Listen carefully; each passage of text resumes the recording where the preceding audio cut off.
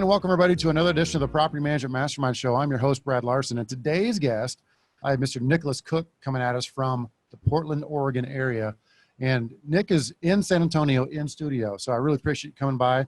We had a fantastic lunch, took him to amazing lunch. Lupe Tortilla in the Rim here in San Antonio, and amazing. Tell us about it. Well, I mean, that's good enough. All right, here we go. I'm just messing. You know how much I love food, and you're gonna do that to me. Like, okay, yeah, no, it's fine. It was a great spot. I mean, oh my gosh, I had a trio taco, so I could have all kinds of stuff: shrimp, steak, chicken in one taco, and they don't go small in portions. I'll say that. Yeah, good stuff, man. I really appreciate you coming by the office today. We had a great conversation. You got to see our inventory meeting, which is kind of cool. You got to see how we're running our somewhat EOS. Mm-hmm. It's not perfect. We've got some things to improve on, but you saw how quickly we got through a lot of information in about 30 minutes or less. So that was kind of neat. Yeah, no, it was great. I mean, you're definitely on point for a level 10 meeting. I mean, a lot of data was being shared in a short period of time. So I found that pretty fascinating and gave us something to aspire to on our side. Yeah. So we had, 20 people in there. And we do that every week. That's our every Wednesday inventory meeting. So glad you're here, because I really want to jump on do a podcast with you, get on the Facebook Live, which we are doing right now. But the podcast, I mean, we got some fascinating topics here to get into. And so the reason you're here in San Antonio is one of the first things we want to cover. So tell us kind of why you came to San Antonio for the next 3 days. Well, it's been a very top secret mission, but I'm actually down here to do some training with Culture Index. It's a company that we've actually signed up for here in the last few months, but they have some voodoo magic that they're working, and we have to figure out how to read their reports. And so we're going to go through the training, but we're really excited about it. And my office manager is coming in tonight, and we'll be in that for about a day and a half. Yeah, so we use the Culture Index here, and that's one of the episodes you can go back and listen to with myself, Krista Peterson, and Mark Thompson. And we were showing him, Nick, earlier about some of the hires that we've made. And I think probably 4 or 5 of the hires that were in my meeting just today were part of the Culture Index hire, meaning that they took the test, we analyzed it, and I did show you some things about kind of what we're doing. We're looking to hire one more person right now using the Culture Index. So I think the training that you're going to see next couple of days with them is fantastic. You're going to learn a ton. It's legitimate stuff, and it's so deep it's hard to even comprehend. So I'm excited for you to kind of get into that, because that plays into what you talked about earlier, which was the culture of your company. So let's go on some of that. Yeah, absolutely. Well, we found early on that one of the challenges as we grew and we added employees was having a consistency in message and theme and culture. It was one of those things that, there's a lot of institutional wisdom that happens with being an employee, and that's really where experience becomes a great factor. And unfortunately, when somebody would turn over, they wouldn't have that type of wisdom. So we put together something called the Culture Manual for our company, and it's a 125 page document that I wrote that every new hire goes through, and it has 30 assignments in it, and it really takes them through really our ideology. It shows them basically how we view the world, how we view the clients, some of the stories that people have learned along the way, and basically that they get to digest early on and just have a sample of what's expected. Also, we talk about conflict resolution. We talk about styles of writing. I mean, the way that you write in property management is dramatically different than you do in a lot of other industries, and they don't really teach you that in school. So we've really tried to adopt a style, a theme that's consistent, and also core values. Core values is one of those things, and I can elaborate on that if you'd like, but probably has been one of the most meaningful parts of really getting deep on our culture. I like it. I hate the word, but I like what you're doing. I've always said I hate the word culture. I more like the word environment, because so many people were talking about culture. It just kind of, sure. A little bit repetitive, but we all are doing the same things, no matter what you want to call it. It's this basically the environment, if you want to call it that, of what the people are coming into that work with you. And that's providing them a warm blanket of continuity, which means when they come in, they know exactly what they should be doing every day. They know exactly we're going to have a meeting every week. They know exactly what to bring for those meetings. They know the reports they got to prepare and have ready. That's a whole big part of it. So now what you're doing with the training with the Culture Index, I really like that. And there's a couple of reasons why I think it's important. Is the Culture Index gives you an idea of who you want to hire. And so to kind of put this into actual framework, when we do a hiring process, we send, Indeed and Craigslist, and you build your resumes, and you have a job description that you post somewhere. They go into a SurveyMonkey, they apply, then they go into a Culture Index and fill this out. And so by the time we look at them, we have their application, which is all kinds of 8, 10, 12 questions.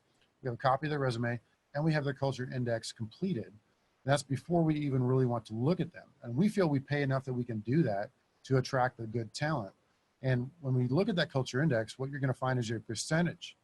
The percentage is pretty important because as you saw, as I showed you an example today, Yeah. You look at the one person that applied, and then there's 4 jobs that were listed inside of our culture index database, and there's percentage matches for each job.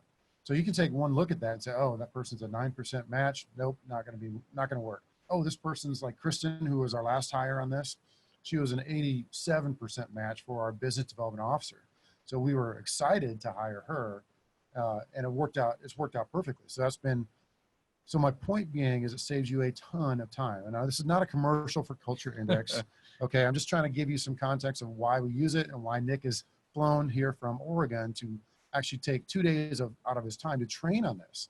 Right? No one's going to give you this training on the DISC concept, Sure. but they're going to do this for the Culture Index. So, all right, I think we might have beat that up pretty good. And I'm really glad we got a chance to talk about that, because to tie that into one more point, and then we'll move on to something different, is Krista Peterson and one of her colleagues is going to be speaking at the Property Management Mastermind Conference in March of 2020. And her presentation is on personality assessment tests, to include the Culture Index, and then you got the DISC and some of the others you can name. Drop some names for me. Well, I mean, so we have Hire Select through Criteria Corp. They've looked at, well, you said DISC already. There's a Colby one. There's a Colby one. Yeah. There's also Myers-Briggs has a variety of tests. That's right. So, I mean, there's a ton of them out there, and shifting through that noise and figuring out what's legitimate can be challenging, right? Because, some of it's trial and error, but, we've decided that we're going to pivot towards Culture Index. We did a pretty deep dive, really before signing on, and feel like they're going to be the right choice for us. And just based on the preliminary tests they did for our office, I was really impressed with their level of accuracy. And so it's crazy. It is. And so, that really helped boost our confidence in moving forward, because it's not a small commitment. They're not messing around. They know what they're doing. And so we're, going to jump on board, because everyone talks about having the right people on the right seats on the bus. And that's a lot easier said than done. Yeah, so it's not just about hiring on that, because what they're going to do is they test your entire staff, and then they're going to kind of give you a synopsis of what that person is like. Now, you're going to look at somebody, which you probably already have, and say, wow, that's spot on. It's amazing. That drives where you end up with that person. Maybe you don't retain that person. Maybe you don't promote that person. Maybe you put that person into a different role that fits them better. But that's going to not only apply to your current staff, but any to potential current or future hires. Mm-hmm. So I think it's outstanding all around. So let's pivot for a little bit. Sure. Let's talk about, this could be a whole nother, I want to save the Oregon laws till the end. We had acquisitions. We might have a heart attack if we jump into that. Yeah, exactly. So. Because that's a whole, you mentioned 5 things, and I had to go time out. Let's save that for the episode, because and I don't want you to tell me all about it at the desk next to us. I want you to save it for the episode here. So I want to talk about the acquisition side, because you had something that just came up with your business that applies to a lot of us here.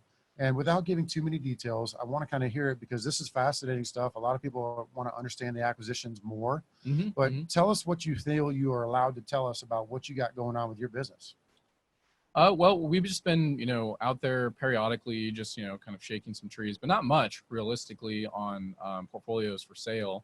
And our business development manager, had reached out to one particular local competitor a couple times, and they decided to circle back with us and started the discussion of, maybe they're looking to transition out of the industry. And they had a couple of different reasons for that, which, I don't necessarily need to get into. I think that they're all solid reasons, but they had a portfolio that we really admired quite a bit in terms of how they were operating, their service range, types of clients, stuff like that.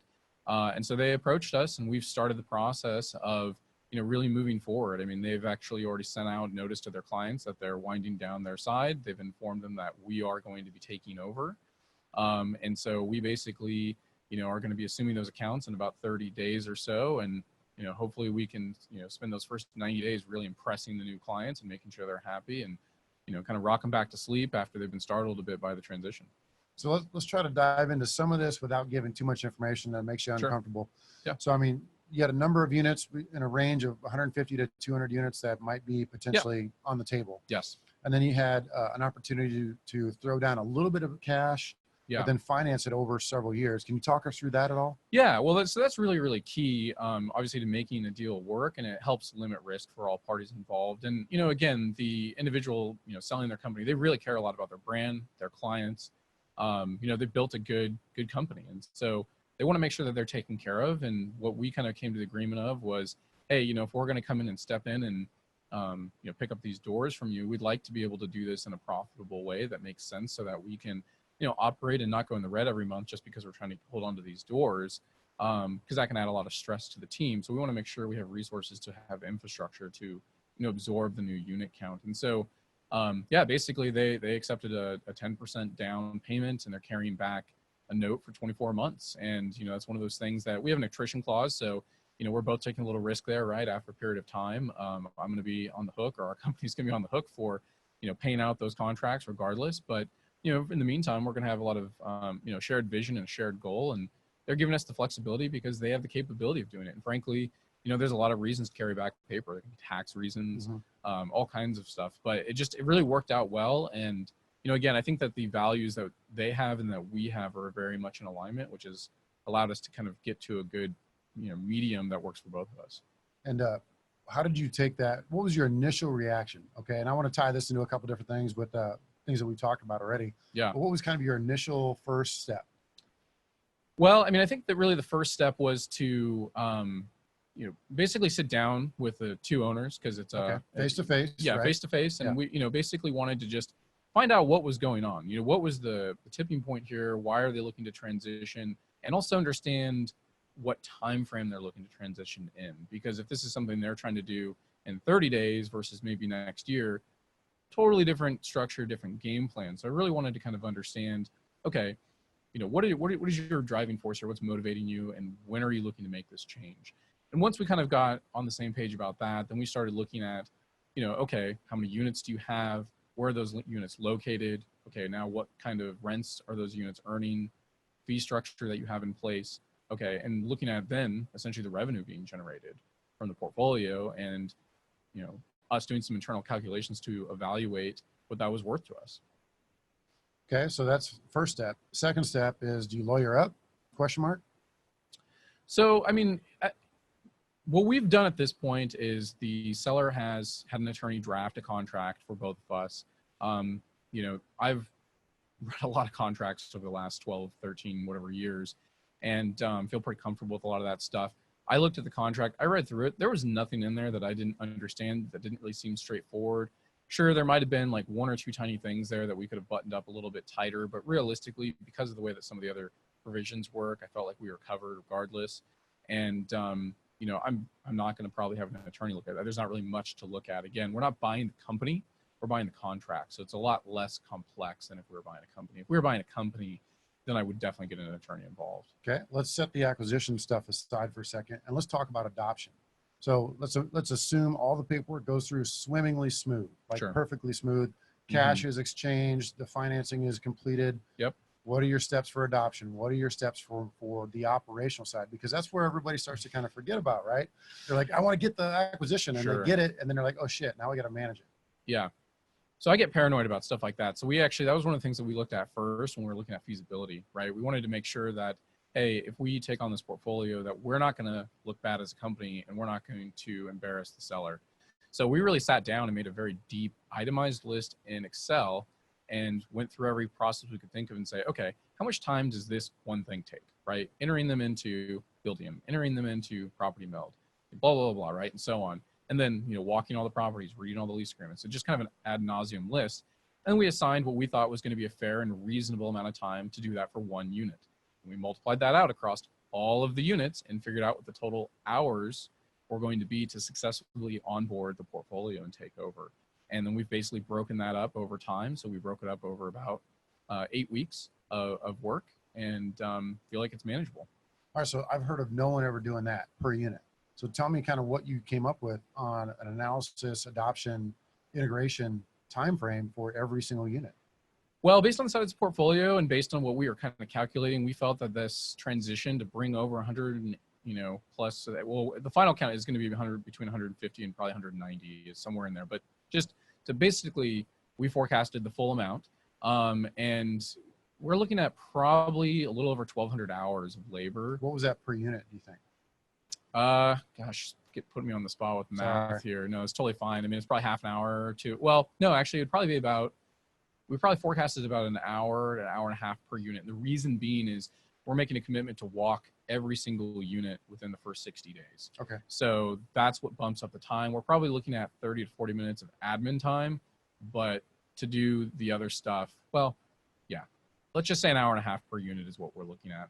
Okay. Are you assuming their lease agreements or doing new ones? So we're taking over their rental agreements. One of the things that's nice is that in our marketplace, there's some standard industry forums, and they happen to be using those. So while they don't have some things that we would like to have, which are some kind of internal forms we have, they're covered about 90%. So the paperwork issue is not a big risk for us. Mhm. We're already enforcing those agreements, and we're familiar with them. Okay. So then come renewal time, you just put them on a new lease. Sure. Yeah. Okay. That makes a lot of things easier. It would be a little bit difficult for us because we use our own custom lease agreements that add in things like resident benefits packages. And, you know, there's certain things that it adds in that only we do necessarily that are just difficult to add to the standard, you know, governmental form or organizational form you might get from an NAR or somebody like that. Yeah. So that was a good question on adoption, because you hear oftentimes of these acquisitions, and then especially from the bigger players, right? We've always heard rumors of that. And a bigger player comes in and they're 10,000 plus, 15,000, 100,000 plus doors. They acquire a small little company, and then everybody just, you know, bails off of there like mice off a sinking ship. And you always wonder why. Yeah. Because maybe they're so involved in the acquisition side of the numbers and getting the deal that they don't spend enough time necessarily on the adoption integration portion after the fact. Yeah. And I'm not saying that's the case, but, you know, I'm fascinated to hear that you've gone that deep into it. That's something we didn't talk about earlier. Yeah. And that's a very good kudos to you. Now, this ties into a couple of things that we're going to be seeing at the Property Manager Mastermind Conference, just on this particular scenario is, one, we're hearing a keynote speech from John Warlow. He wrote the book Built to Sell. He does a Built to Sell podcast. He's doing one of our keynotes. And this is exactly the kind of stuff that he has done for a decade. You know, analyzing companies that have bought, sold each other, and how the deal works out and how it works out for all parties, kind of the pitfalls that you may have to watch out for. So we're going to be hearing from him on this side. Then on the other part of this, Matt Whitaker from GK Houses, who's done a number of acquisitions, more than 5. He's going to be giving us what we call a playbook for the unexpected acquisition. So not saying you were unexpecting this, because you were doing some marketing, but a lot of us assume that, we talked about this earlier, is that you're going to be standing at a buffet line somewhere, and the property manager company owner next to you says, "Hey, do you want to buy my company in a year? I'm getting ready to retire." And you're like, "Whoa, that just dropped in my lap. I don't even know what to do yet." And so Matt's going to be giving us a playbook for that. Yeah. Well, I mean, you know, it's one of those things you kind of always have to be ready. It did for us, was to a degree of surprise. I mean, I actually had recently, I should say, put in a lot of capital into an apartment development. And so a lot of my attention has been focused on raising capital, investing there. And so when this, you know, landed on my plate, I was like, oh, I don't know if this is great timing. But then as I stepped back and started to look at it, and we started working out terms, and we started, you know, really understanding the portfolio, then it did make sense. And we saw that this was going to be actually something we could do and would work out really well. Good stuff. So I want to transition a little bit to talk about your market specific in Oregon. So you're in Portland, Oregon, and then you're expanding into Vancouver, Washington. Yes. Okay. So before we even get into the weirdness of what's going on out there, what is your licensing requirements for having to work in 2 different states? Well, so in Washington, they have some reciprocity with Oregon's license on a federal level. So I did have to go in and get licensed there separately to take a bunch of, you know, educational credits, and then test for a broker's license. And then I had to test for the designated broker's license or managing broker's license. So it took a few, you know, probably 3 to 5 months to get through all that stuff, because I was kind of doing it at my own pace. But in any case, I mean, there's definitely 2 licenses, because there's 2 different sets of laws. You have 2 different, you know, agencies, right? You have the Oregon Real Estate Agency, and then you have the Department of Licensing in Washington. And then, you know, the thing that's kind of interesting in Washington that we don't have in Oregon is sales tax. So, you know, there's a lot of other things to kind of just figure out, but they're right across the river, and there's a lot of reasons to go into that market. Vancouver's growing, the rents are rising. I mean, it just makes a lot of sense, and it's going to allow us to serve our clients better who have properties in both states. That's pretty cool stuff. It's fascinating because there are a bunch of markets like that. For example, you might have Kansas City. You got Kansas City, Missouri, Kansas City, Kansas. Yep. And, you know, they're right across the river from each other. They're one big giant city if you really look at it, but they have distinct licensing requirements. And so it always brings up the first challenge is how do you get through the, Tim Melton would call the licensing gymnastics. All right, so I want to talk more about Oregon, and we're going to have to talk several levels, okay? And the reason I bring this up is a lot of folks are going to be fascinated by hearing about this because they don't have any idea of what these are. If you're coming from, you know, a red state like Florida, Texas, Oklahoma, you know, some of the ones along the eastern seaboard, the Midwest, they hear stuff going on out west. You're like, whatever. That can't be true. You know, they say that can't be true. But you're going to give us some firsthand accounting of what's going on. And this is not a complaint session, okay? No, yeah. Because everything that happens out there might create an opportunity for property management companies. So the more legislation, the more registration, regulations that you have to follow doesn't necessarily hamstring you. It more along the line creates an opportunity. So be an optimist here, folks. You know, look at the bright side. Maybe it creates a really good opportunity for you. Now, let's get into it. So talk to me about some of the Oregon laws. We had, you know, you started to talk about, you know, screening and rental registrations. I mean, let's just kind of give me a synopsis of what goes on just in the Portland market. Okay. Well, I mean, in the Portland market, I mean, so over the last 24 months, we've seen some pretty dramatic changes. And the thing about Portland is Portland largely politically controls the entire state. So what happens is you get things that are tested out in Portland, and then the legislature says, oh, that looks good. And they decide to try to adopt some version of that. And because the Democrats have a supermajority in the House and the Senate and the governor, they're getting through a lot of legislation that's not really being vetted at a rapid pace. And so before I jump into some of the Portland things real quick, I want to cover what happened in Oregon, because this is a thing that made, you know, headlines in the news. And that is, you know, SB608, which basically introduced three major things in Oregon. One, which everyone hears about, is rent control. So we are the first state to have statewide rent control. Now, you know, they did kind of cap it at, you know, 7% plus CPI, which makes it about 10.3. However, the concern is it's opening the door to them ratcheting that down year after year after year, in addition to the fact that they aren't, you know, basically protecting you from any downside risk, right? So they want to cap your upside, but not your downside. So that is one thing that's been pretty dramatic. And can I ask a question on that? Yeah. And then don't forget your other 2 points too. Okay. Yeah. Because we talked about this another episode with somebody, I can't remember who exactly off the top of my head, but what I feel rent control does is it potentially creates a minimum for rent to go up to. And so I think somebody was telling me this about California. So if you have rent control at 5% for a fun figure, well, then every landlord wants to go to 5%. And I equate it to the speed limit on the highway. If the speed limit is 55, well, almost everybody takes that as you need to drive at least 55. So if your index says it's a 10.3, isn't that kind of like, well, we're justified to go a 10.3% increase every year because that's what we were told we were supposed to do. I know that's kind of a backwards way of looking at it, but I think in real world that might be a side effect. No, I think that's absolutely the practice. I mean, I think the thing is that, you know, people are worried that because they can't control their expense side, they have to capture the upside while they can. Because if you get behind in market rents, then you will not be able to catch up. And if you ever think about selling the asset, that's going to have a major impact on value, especially if you're talking about a multifamily building where you have 30 units, you know, and how cap rates work. You're going to, I mean, you could kill, you know, 50,000 to a couple 100,000, millions potentially if you have a large enough building in value if you're not keeping that market. And, you know, what's interesting is CoStar, you know, looked at a lot of data and found that, you know, rents were kind of rising on average over the last, you know, 5 years, around 4-5% in the Portland metro area. And I guarantee you we're going to be seeing rents rise probably more in the 8 to 10% range in the coming years because of not only the legislative changes that have kind of forced this or, you know, mandated it through, you know, not allowing landlords to be flexible with the market changes, but, you know, people are wanting to stockpile money to handle the regulations, which we're going to get into, which really has to do with like relocation and things like that.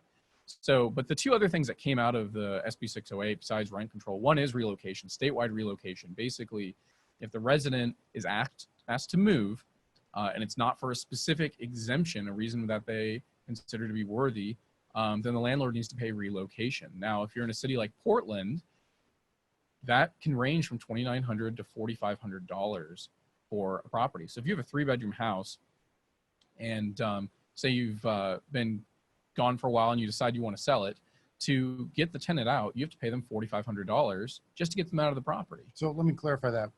Let's keep going. So Sure. when does this relocation kick in? So if you have a lease end and you say, I'm going to non-renew you and make you leave my home, you're Correct. obligated to pay relocation?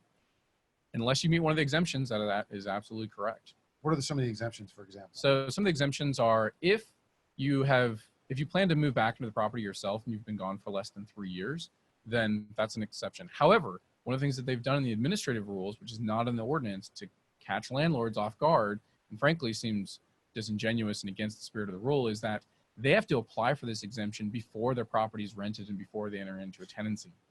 So if you don't know that little administrative rule, which is not on their website, it's not on the application, then they're going to deny your application. So that would be one example. Another example is you plan on demoing the property or converting it from, a rental to something else. I mean, there's some pretty dramatic reasons you would actually need to be able to have an exemption. And so basically your big ones are, if you're moving back in within 3 years and you follow the process, that's going to be the other one. And the other one is going to be if you're demoing property or if you're in the military and you have to go off for service and things like that. But realistically, there's not much there. They don't want you to have an exception. So to me as a landlord, then I'm going to stick them with a 10.3% increase every year. And then if they don't want to renew or don't want to leave, that's my opportunity. It is. And I'll add one more fun fact to that. So the only reason you wouldn't do the 10.3 is if you're in Portland, because if you raise the rent over 10%, then it triggers relocation. So if you raise the rent more than 10%, the tenant turns around and says it's too high, I'm moving, you still owe them relocation. Say that again, because I about fell out of my chair. If you go to raise the rent and it's going to be more than 10%, even though that's within the state amount, that's too high according to the city. So if the tenant says, oh, you wanted to raise it 10%, that's actually too much for me, I'm going to move out. But while I move out, you need to pay me relocation. And again, you're going to have to write me a check between $2,900 and $4,500. And by the way, if you don't give me the notice and write the check and send it at the same time, not only do you owe the city's relocation, which is the only one we've been talking about, but you also owe the state relocation that just went into effect this year as well. Wow. So, I mean, you're talking about writing a significant check to get somebody out of the property simply because maybe you need to control your costs and increase the rent. Because if you've been under market for the last several years, trying to be a nice person, now you need to bring it to market for whatever reason, you're in a tough spot. People are out there listening to this podcast like watching a train wreck. That I can't look away. I can't believe that's going on in front of me. Mm-hmm. I can't believe what I'm hearing. So to counter that, landlords are going to go what, 9.8% every year? 9.9% every year. And it's like that speed limit analogy again, to where I'm capped at 10%. So I'm going to go 9.9% every year, no matter what, because they can't fall behind. There is no catching up if they fall behind. So who ends up paying for this? The tenant. Yeah. They're going to be the ones getting screwed over on this. So they're going to see a 9.9% increase on every new lease term to infinity. And if they don't like it, they can move out. That's when the rents would adjust. That would be the only time. That'd be the only indication of a rent being adjusted. Yeah. So, and then the third kind of component of that statewide rule is they took away our ability to end tenancies after the first year of tenancy without giving a particular reason or having cause. And cause means they violated a term of the rental agreement. So if somebody lives in the property for more than a year, you are forced to renew the agreement with them unless you have a reason to terminate for cause. So, I mean, it really boggles our mind. I mean, this is a new thing. It's yet to be seen how it's going to play out. But basically they've said, once they've been in there for a year, then you're in business together for perpetuity unless they decide they want to leave. So that just makes somebody put a 9.9% increase on them every year. Is that kind of the in between the lines what's going to happen? I mean, that's going to be part of it. And the other thing too is every single aspect of that lease is going to be scrutinized, and notices for violation of that lease. We will be sending out notices for tiny little things because we need to be able to demonstrate cause if we decide not to renew with someone, even though the issue may be more significant. We just may not be able to document that as clearly as we'd like to the point where we could defend it in court, because a lot of times when you're dealing with major issues that would cause you to not want to renew with somebody, it's because they're doing something that's probably illegal or hazardous to the safety of the property or other people. And so, it's kind of a fine line on how you deal with that. So using some of these smaller tactics would probably be the way, but basically it just means we're going to be, chasing people for things that really, should be minor offenses and not major offenses, but we have to treat them like major offenses. So do most of the homes out there have HOAs? Not necessarily. So Portland kind of has an east side and the west side. The west side tends to have more HOAs, but we don't have a lot of HOAs. The condominiums certainly do, and there are some neighborhoods that do, but it's not the norm in Portland, I would say, at large. Okay. Because that would be one of the violations I'm thinking of, if they violate an HOA standard. Mhm. And then so you're saying that it's almost like preparing for a court case to now where you have to send a certified letter, making sure that they signed it and acknowledged it and agreed to it. I mean, it's just, I can imagine the paperwork headache It is just to document somebody that's screwing up. So what if they pay late? What do you have to do then? You have to get, the Congress to approve that they paid late. I mean, it's getting a little bit ridiculous, but this is fascinating stuff. I'm glad to hear it because unfortunately for us on the east side of Vancouver and Portland, anything east of that is going to bleed towards us eventually. Yeah. So that's scary stuff. So it might be proven or disproven to some point, as far as working, but you guys are going to be the test bed for that. And I think you're going to see some negative impacts that you don't even really know about yet. Well, it's unclear what all the unintended consequences are going to be, but the one thing that we do know is it's going to drive down the supply of housing. I mean, in particular, it's going to drive down the supply in single family because that's where you have a lot of small mom and pop landlords. That's where you have a lot of small investors. And if you scare them out of the marketplace and they go put those properties in the market for sale, because of the price point and the rent to purchase price ratio, those properties, once they leave the rental inventory, they will never come back. They will be too expensive to be rentals and they will be gone. And so if you want to live in Portland and you need to rent, over time, you're going to have more apartments to choose from, if we're lucky, depending on what happens with some of the other stuff that they're doing, which is another story. But renting a house will be something that only certain people will be able to do. So this kind of perpetuates the whole cycle. If there's less homes to rent, the landlords can go 9.9% every single year, and there's nothing you can do about it as a tenant. Yeah. So this screws over tenants even worse. And I know single thing that's popping into my head all of a sudden, you guys have already been debating through. So what are your advocacy groups out there? Who's helping you guys potentially fight some of this? Yeah, I mean, the major voice in Oregon is Multifamily Northwest. They take a really active role in both education for landlords. I mean, that's really their primary focus and mission, but they've, unfortunately had to take on this position of advocacy from a legislative perspective because of the fact that we have so many rules being proposed that have not been thought through and that are being proposed by people with no background in our industry, no background in real estate, finance, economics. I mean, it's just basically they're guessing. They're making a list of things they don't like, and rather than understand why they are the way they are, they're just saying, well, we're going to eliminate those. And so that's kind of where we're at. You mentioned earlier something about screening. Yeah. Well, yeah, and to your point, what you mentioned, a lot of the stuff that's here in Oregon, I think it's really important our people are aware of. You will see this other stuff in your states. I mean, these are things that are going to have national platforms with social media and with the way that tenants are organized in other places. These are ideas that are being freely exchanged and they will show up on your radar. So it's important to cover this a little bit. The city of Portland has voted on and approved basically new regulations for landlords when it comes to security deposits and screening criteria. And basically with screening criteria, what they've done is they've said, you don't necessarily have to follow this, what they've termed themselves, low barrier criteria, because they know essentially they're very low barriers.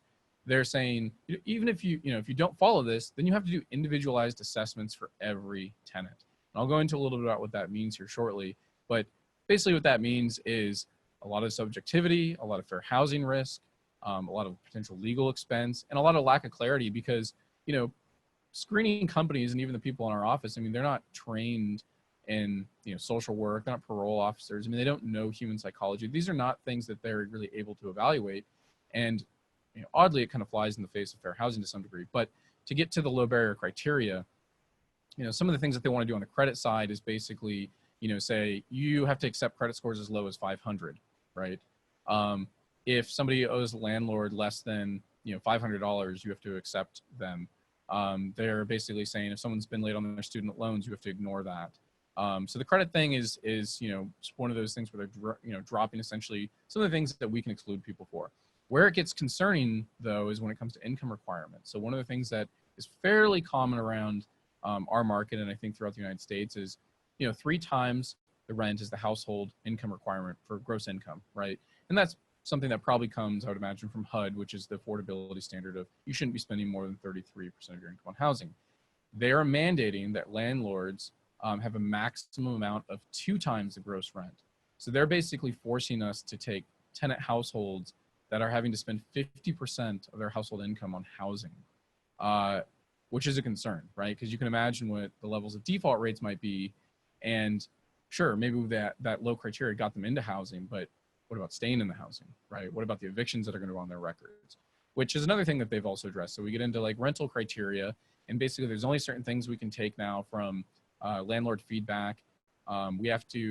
We cannot deny someone if we don't actually get a rental reference. One of the things that they've said is that, when it comes to evictions, that if the eviction is, less than X years, I believe it's 3 years, then we need to disregard it, even though the state says 5 years.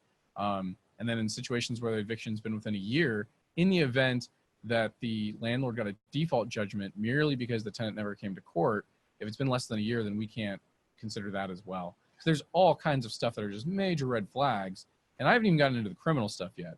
So, with criminal criteria, they want us to cap, misdemeanors at 3 years, felonies at 7 years, and look at each one individually and take a look and see if they've been going to counseling, if they have a good letter from, their, parole officer or a community leader. I mean, whatever it is, they're basically doing everything they can to minimize the criminal criteria. One of the things that's really concerning about the criminal side, though, is that if somebody committed a crime and then they've been gone from your property and you terminated them over that reason, right? And they've been gone from your property for 12 months, then they can reapply for your property and you can't take that into account. Wow. So this whole thing is just getting really crazy. So that's going to force and push a lot of companies to do the individualized assessments. But then the concern is they want us to look at, well, let's say it's a crime that occurred. How old was the person? What context did it happen in? What has happened since then? All these factors that are incredibly subjective and put us at risk from a fair housing perspective, not to mention the fact that we don't have expertise to really evaluate the likelihood of someone reoffending. And good luck getting an opinion letter or a guideline from HUD, because they're not going to come to you and say, yes, you can approve somebody with X, and where it's really black and white, it's left and right.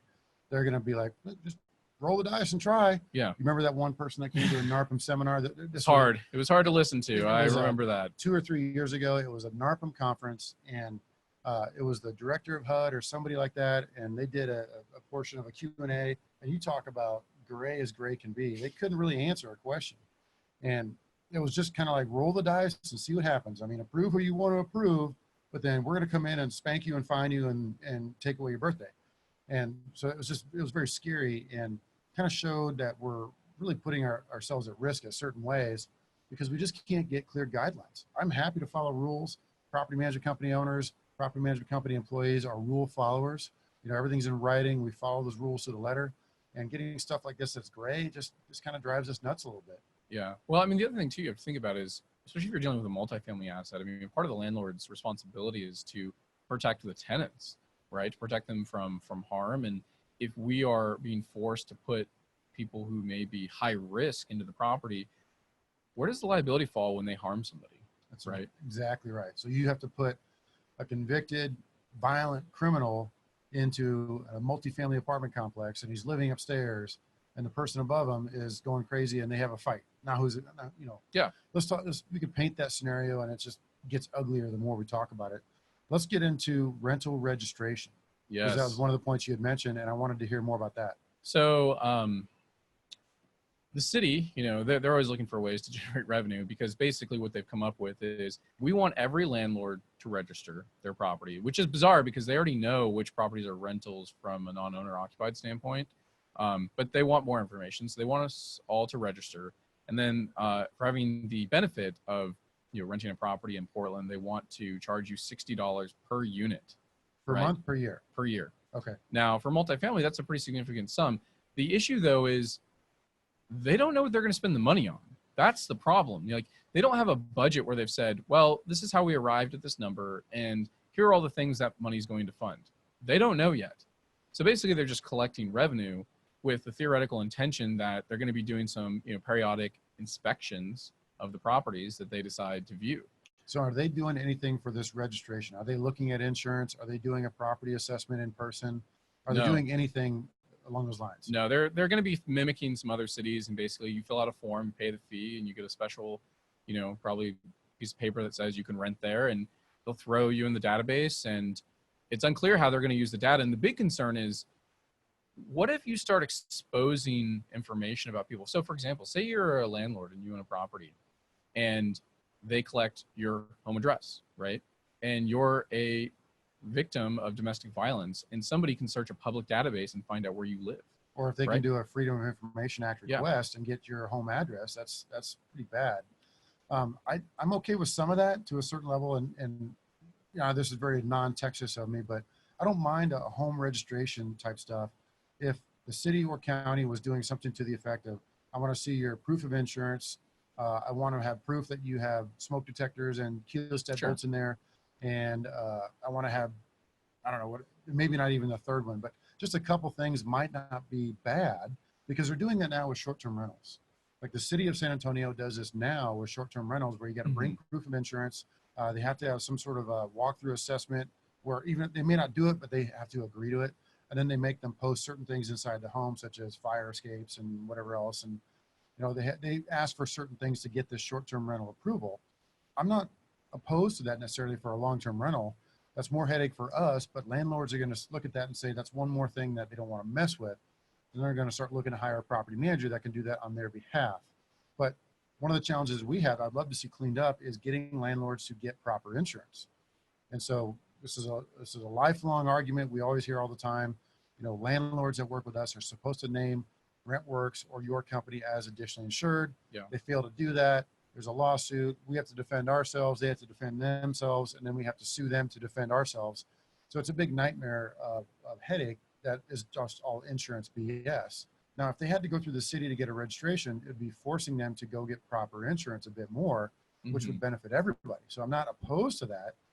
It's just, again, the slippery slope of more registration, legislation, restrictions, regulations. That slippery slope of adding more to it just creates more like, hey, what else we can do? I'm a city council person. Yeah. What else can I do to create a bullet point for my reelection? Well, I think the issue though is they don't have a plan for what they're going to use the money for, right? If you were going to come to the landlord community and say, this is really what we need some more meaningful data. We need to measure some things around safety. Here's some concerns we have. That would be one thing. But to layer this on top of the screening criteria and deposit criteria, which we didn't even get into, which is going to add a lot of cost to landlords, to layer this on top of rent control, to layer this on top of relocation.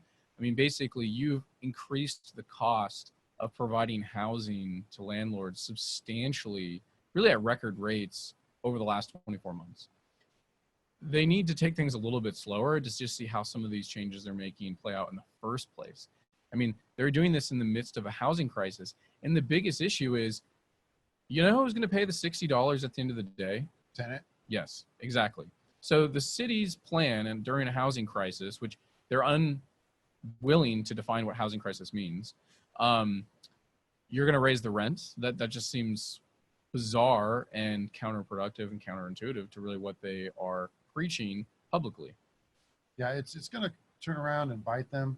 I think the landlords almost will make more money from this. Just kind of thinking about this, if I can do a 9.9% increase every year, and that's the maximum, I'm going to run the maximum. Yeah. And if you have a problem with it, well, blame rent control. If you have a problem paying for the $60 registration fee, that's just going to be turned on to the tenant if possible, or they're going to bury it in the rent or some other fee somewhere else. That's just going to be a cost of doing business that landlords are going to benefit from. If the supply goes down because more landlords say heck with it and sell it, and more residential buyers come in and buy the properties, that's fine. But there's only going to be so much of that.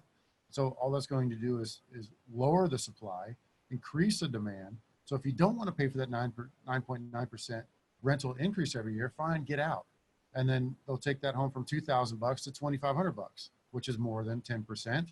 And so they're going to make more money, right? So it really is a backwards way of thinking. I'm not trying to say anything bad about it. I don't live there, but it just seems, just from my limited knowledge of just speaking with you today about this is fascinating, by the way. It seems counterintuitive, as you mentioned. All right, so let's stop there. I think that's the bad news for the day that everyone's sick of hearing about. let's talk about something really cool maybe. And I posed this question to you earlier. So give me Sure. one thing that you've implemented in the last 12 months that's just been fantastic for you.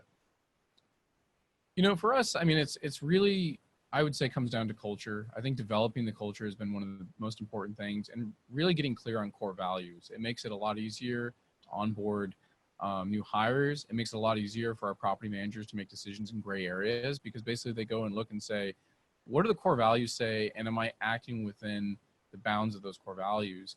And if they are, they know that they have cover. They know that if something goes wrong, that we are going to back them up and stand behind them. So they just need to look at things through that lens. And that's just been, you know, one of the many things that we've done in terms of, you know, increasing our culture. We've done a lot of other things. We've implemented a lot of stuff out of a book called Scaling Up. So we do quarterly themes now with, you know, tiered system on rewards. But it's really kind of brought in more personality, helped inspire kind of our rocks, which are, you know, basically synonymous with goals. So we basically tie in, you know, like our culture, our core values, our quarterly theme. I mean, all that stuff's really made us feel like a company that's all rowing in the same direction and has continuity, which, you know, as when we were smaller, didn't seem either A, as necessary, or wasn't really clear how to get there. We kind of had people operating under different assumptions, and it'd be like, well, how did you come up with that conclusion? Because that's like totally off base. You've been here a long time, or this person's like, you've been here a short time, and you know. So, you know, it's a combination of that. And the other thing too is really just getting, for us, our processes built out. So you can imagine all the conditional statements with all this new legislation, right? Like, if this happens and this happens and this happens, unless this happens, because if that happens and it happens, then you need to do this. So we've built out some very robust conditional checklists and Process Street, which is really Process saved our Street. day. Okay, that was the software. So you're using Process Street to do that. Yeah. Okay, so that could be at least a takeaway from that is the culture and working with Process Street to document your processes. So when A happens, you do B, C, and D. Mm-hmm. So that's good stuff that you've done. I want to quote Jordan Moyla just 1 second on that whole comment you just said. You ready for this? Let's do it. That's very guttural. Poor Jordan, I'm picking on you now. That's great stuff. So any other comments about the 12-month stuff that you've done in the last year that you think is just fantastic? I mean, honestly, like for us, we've really just tried to focus and tighten up systems with all of the chaos, with all the regulations. That's created a lot of anxiety. And so I would say that getting those checklists kind of built out, which took a lot of time, but now that they're there, again, it helps get people into their jobs quicker, helps train them up. And I would say the other thing is this culture index thing. At the end of the day, you know, we've really spent the last also 24 months getting very clear on who we want in certain roles. And that's unfortunately, you know, involves some turnover. We've had to push people out or terminate people. And in some cases, we've had some people leave. But, you know, we're really getting very clear on what's expected and having KPIs on a role and making sure we're measuring those and following up on those. Because at the end of the day, those are the things that, you know, guide someone's performance and tell us if they're doing well or not. And so I would say that these are all things that are kind of happening simultaneously. So it's hard to say almost like one thing. But I will say that, you know, the culture is what helps people understand what we're doing and why we're doing it and how to do it. Process Street makes sure they don't mess up. And then KPIs, you know, basically gives us a, you know, dashboard on how things are going on a regular basis. So I would say that, you know, those are the combination of those things have really taken us from, you know, a good company to a great company, frankly, in the last 24 months. We're always learning. We have a lot to figure out still, but we're in the best position we've ever been. We've had a lot of rapid growth over the last 2 years. In fact, we made Oregon's 100 fastest growing, or the Portland Business Journal's 100 fastest growing private companies in Oregon 2 years in a row. And we're pretty excited about that and hoping to do that 3 years in a row here. Doesn't surprise me, honestly. Knowing what you can do, hearing what you do, it's good stuff. How good are you going to look at the Property Manager Mastermind Conference in a tuxedo?